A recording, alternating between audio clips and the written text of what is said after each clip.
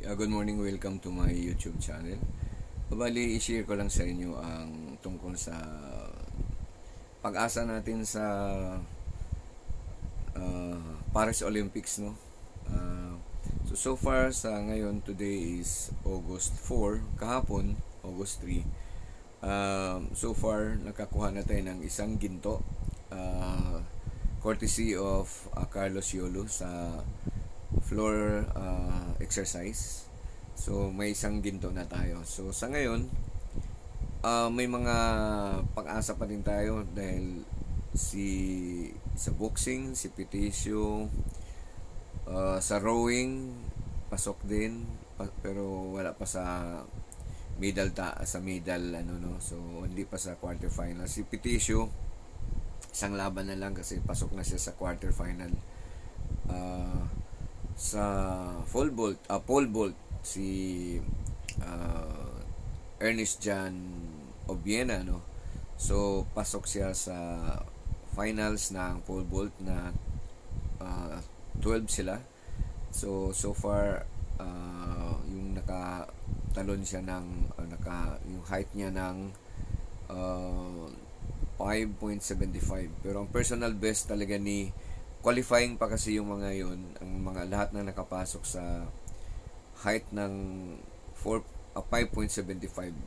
So 12, naka 12 na, so marami nang nawawala. So doon na yung pinaka hininto na yung kasi meron pa dapat na 4.8 kung marami pa rin makapasok doon kasi kailangan lang 12, no?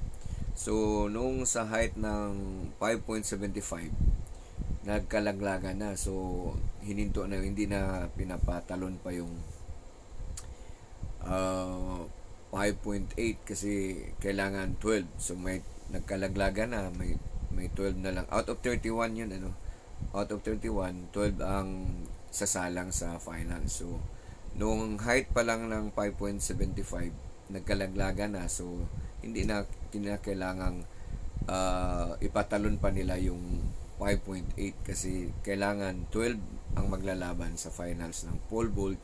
So sa August 5 Philippine time, gaganapin yung finals ng pole vault, no? So malaking pag-asa natin sa pole vault kasi si Obiena ang standing niya sa world, no? Kasi may kategorya sa mga pinaglalaban-labanan nila. So number 2 siya sa pole vault ng men's division, no? Number 2 siya. So malaking pag-asa. Ang personal best niya ay 6 meters. Okay. So pasok na tayo. Meron na tayo sa middle standing ng Olympics. Meron na tayong isang ginto. Okay? So far sa middle sa Olympics, dalawa pa lang ang nakakuha nito. So una yung sa weightlifting, si Diaz. So 23 years ago, no? So siya yung kauna-unahang nagbigay ng gintong medalya sa Olympics. Ito naman pangalawa nating ginto ay ito si Carlos Yolo.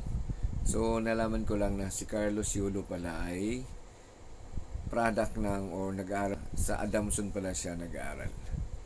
Okay, na kung saan doon din yung masteral ko ng Master of Science in Chemistry. Dito pinapakita ko sa inyo yung mga Pilipinong nagka-contribute din o nanalo sa Olympics noon pang 1932, mga bronze medalists sila. Yun lang, thank you for watching. Maraming salamat.